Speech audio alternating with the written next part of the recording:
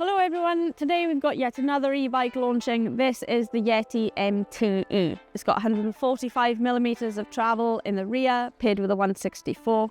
It goes 29 or mullet, and it is equipped with a new motor from TQ. This is the TQ HPR-60, replacing the outgoing TQ HPR-50, and it's got 60 Nm of torque and a peak power of 350 watts.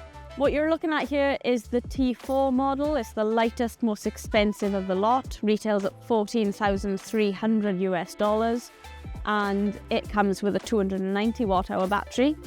Yeti are offering two other more affordable, burlier options, and they come with a 580 watt-hour battery. There's also a $600 160 watt-hour range extender, and that can go on all of the frames except this because it's a small. So this weighs 17.2 kilograms, which is around 38 pounds. So it's very respectably light, but of course that is quite a small battery, and I would recommend that anyone going with a 290 watt-hour battery consider purchasing the range extender. Before we discuss geometry and ride impressions, I want to talk about the range. So I'm 57 kilograms. And on a full charge of that 290 watt-hour battery, I got 20 kilometers and 980 meters of climbing, which is around 3,200 feet. And I was using the top-end assistance mode, sometimes dropping down into the mid-level assistance mode. So there's a lot more range on the table there if you're happy to go with less assistance, and that's kind of what these SL e-bikes is about. Kaz will tell you how much range he got out of the 580 watt-hour battery. But what I would say is, if you are not on the small and you can fit that 160 watt-hour range extender, it's probably worth considering. Some key geometry figures for you. We've got a 64-degree head tube angle, 77-degree effective seat tube angle. The chainstays are really quite long, 449mm across all four sizes, and then the reach in a size large is 480mm. All the bikes come with 160mm cranks, which is reasonably short, but we do see a number of brands speccing down to 150 now, and I really don't think there should be any downsides to that, especially in the context of an e-bike, so that's something to consider. Long travel dropper seat posts, and I think that's a 30mm rise handlebar, which makes good sense in the context of those long stays. Flip chip here for changing the rear wheel size, accommodates for the difference in bottom bracket height when you change out the stock 29-inch rear wheel for a 27.5-inch rear wheel. And then the head tube can take a aftermarket angle set, so you can slacken it off and that will not void your warranty. Also to note, this frame is approved for use with a fork that's up to 180mm travel. Yeti are using their Sixfinity suspension platform to deliver that 145mm rear wheel travel. It's the same layout that we see on their 160E, and having that 6-bar layout allows them more control over the kinematic parameters than they might have if they were using a 4-bar layout. We've got more detail and graphs to show you in the article, but for now I'd like to point out that the progression of this platform is adjustable by the rider. There are 4 different lower shock mount positions that give you progression options of 12%, 14%, 22% and 25%. There's just 2 flip chips and you just flip them to get like 12% or 25%, and you can just do it on the trail side and correct for sag as you go. So it's really interesting. If you are someone who is really geeky about your suspension and you want to learn more about it, like, this is a really cool bike to have. So I've just removed these flip chips for the lower shock mount. It was in the 11% position, and I'm moving it rearward to make that more progressive, so that's now 25%, and I will pop these chips back in, and so simple as that. Obviously that's not really why Yeti have done it. They've done it so that you can make the bike adaptable to different terrain and just make it suit your riding style. There is, of course, the fact that they've got one shock tune that's trying to accommodate 4 different progression settings, and the shock will be doing more work in that lowest leverage position in the 12%. But as I said, I think that works really well for me. But you can play around with it and figure out what works for you in your local trails and change it up if you go to the bike park or you go to ride the full enchilada. I think it's really cool adjustment to have, although a lot of people are just gonna set and forget, and that's absolutely fine. I've been really enjoying it in the stock position. So to that end, we'll just jump into the ride impressions. I'm really impressed with how quiet this bike is. The motor's so quiet. There is a noise from the motor, of course. It's a higher pitch the more you ask of the motor, but I would say overall it's probably got like the lowest pitch of any e-bike motor that I've tested, lower than the Bosch SX and certainly lower than any of the full powered motors that I've ridden. The motor's power delivery is very smooth and it's really quite responsive. You can tune its behaviour in the app, but I've been really happy with how quickly it responds to pedalling inputs at slow speeds. It is noticeably lacking in power, being the least powerful motor that I've ridden to date, and that is emphasised on this model with the 290 watt-hour battery because it's limited to a peak power of 250 watts. I reckon Kaz will be getting better climbing performance on that T3 model with the larger battery and the full peak power of 350 watts. It still has good acceleration though, still giving 60 Newton meters of torque no matter which battery you have. I wouldn't say I've ridden up a whole lot on this so that I couldn't ride up on a bike without assistance, but of course it does make it that wee bit easier. Traction is plentiful and the smooth power delivery gets rid of any bobbing that you might find if you're someone who likes to pedal in squares. The seated pedaling position is super comfortable and the seat tube angle seems steep enough in most scenarios. With those long chainstays, it's a good recipe for keeping weight over the front when things get steeper. Though I do think that some riders might be tempted to push that saddle forward a bit. The motor is quiet descending as well. In fact, the bike is nigh on silent and I'm yet to hear any rattles out of this thing. It rides so well too. It might not surprise you to learn that at 57 kilograms or 126 pounds, I have struggled to enjoy many e-bikes, finding that the added weight makes them unwieldy and cumbersome. The Yeti MT is a bit of an exception on that front, coming in at a weight that is similar to my aluminium enduro bike. That weight is distributed differently, of course.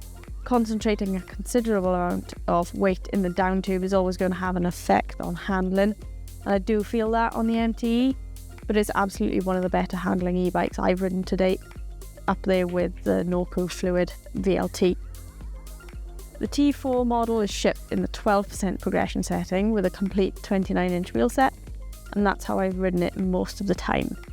It just works so well for me. I was really comfortable and confident with the bike early on, needing only to wind on a bit of rebound damping to keep the rear wheel calm through the chop.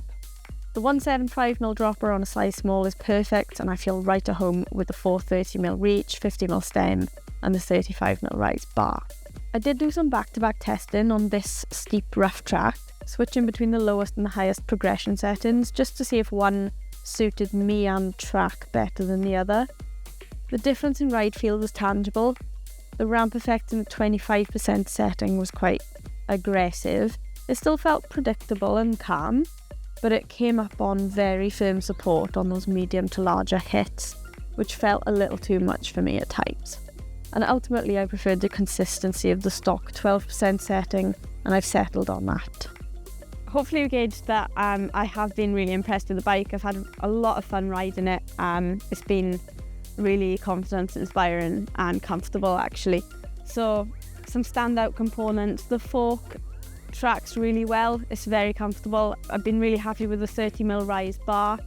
The drivetrain has been flawless, that's the XX transmission from SRAM, though I did have an issue with the DT240 DEG hub, details in which you can see in the article. Scope for improving things with the brakes actually. The Motive brakes are not as powerful as the Mavens, especially with a 180mm rotor on the rear, so you can improve things there by going with a bigger rotor, and then you could improve the clearance there with 150mm cranks over the 160 stock. But altogether I have been really happy with it, and there's not a huge amount I would change. Next rung down the ladder is the T3 model with a 580 watt-hour battery stock. That one goes for $12,650 US. Luckily, Kaz over in Bellingham has been riding that one. How's it going, Kaz? Boom. There we go. Thanks to technology, you've been transported from Scotland to here in Bellingham, Washington, where I have the 580 watt-hour battery-equipped version of the Yeti MTE. We'll take a look at it right now. So far, I've been really impressed with just how much range I'm able to get out of this. I think most of my rides have ended up being at a minimum 4,000 vertical feet, and then some of them up to close to 6,000 vertical feet, 27 miles. That's obviously going to depend on your weight and your riding style, but that's in the kind of full power mode, very efficient battery usage. All right, little single track climb on the MTE. It's pretty quiet. And I think the handling is what really shines. And it doesn't chuck you up the hill like a full power e-bike would, but it's quick enough that it definitely smooths out steep hills and you can just kind of cruise. That's what I like this bike for. More regular style rides, getting some good up and down single track, not just flying up fire roads and down the steeps. Just kind of more of an adventure bike. And I like that. And again, let's still get up some steep things, but there's most of those steep things you could probably get up on a regular bike with a little bit of extra work.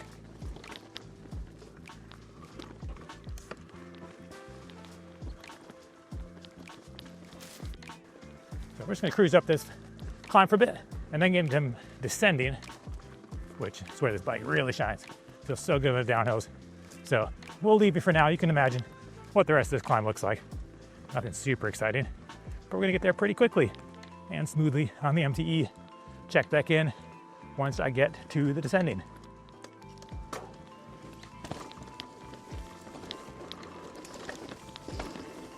Yeah, so on this bike, we're running the mixed wheel setup. Prefer the littler wheel, just for jumping and steeper stuff.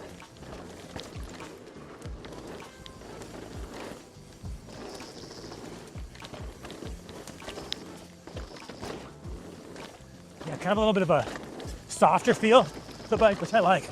Really helps it hook up in the turns. And some of that's probably the radial tires, but it also might be the frame itself. It's not a brutally stiff thing. It's also not that heavy, like I mentioned. 44 pounds. That's almost 10 pounds lighter than some other full power e-bikes. Good reasonable weight. Just helps make it more normal.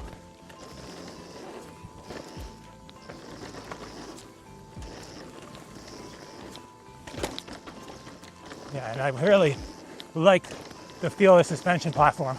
I love it if Yeti took this and made a regular bike with it. This feels so good, and there's no little Kashima rods to worry about wearing out. Yeah, so you should get a little more longevity out of it. It's a really entertaining bike. I feel like it got the most, it has the right amount of travel for most situations. Obviously, it'd be cool if they made a longer travel version too. Maybe like an SB 160 kind of thing, but even in rough stuff, it carries its weight really well. There you go. A little quick hot lap on the MTE. We'll toss it back over to Jessie May. Lots of you will be pleased to know there is a model that comes under $10,000. It is the C2 Eagle 90 transmission model, and it comes with that 580 watt-hour battery. It's one of the burlier options, and it's $9,850. And to be honest, to my mind, it's the best value option. It gets the Fox Float performance level suspension and a set of radial casing tyres from Schwalbe, a Magic Mary and an Albert Trail, and it gets that mechanical transmission drivetrain. It looks like a really solid option. It's probably where I would spend my money if I had that quantity of expendable cash, which I do not. Okay, it's starting to rain and the midges are coming out, so I'm going to clear off. Let us know what you think. Make sure you go to the homepage and read all the nitty-gritty about the kinematic and the frame details, and let us know what you think in the comments. Are you happy to see this new SL e-bike from Yeti, or do you think they should just do away with these low power things and just go the full 1,000 watts? Let us know what you think.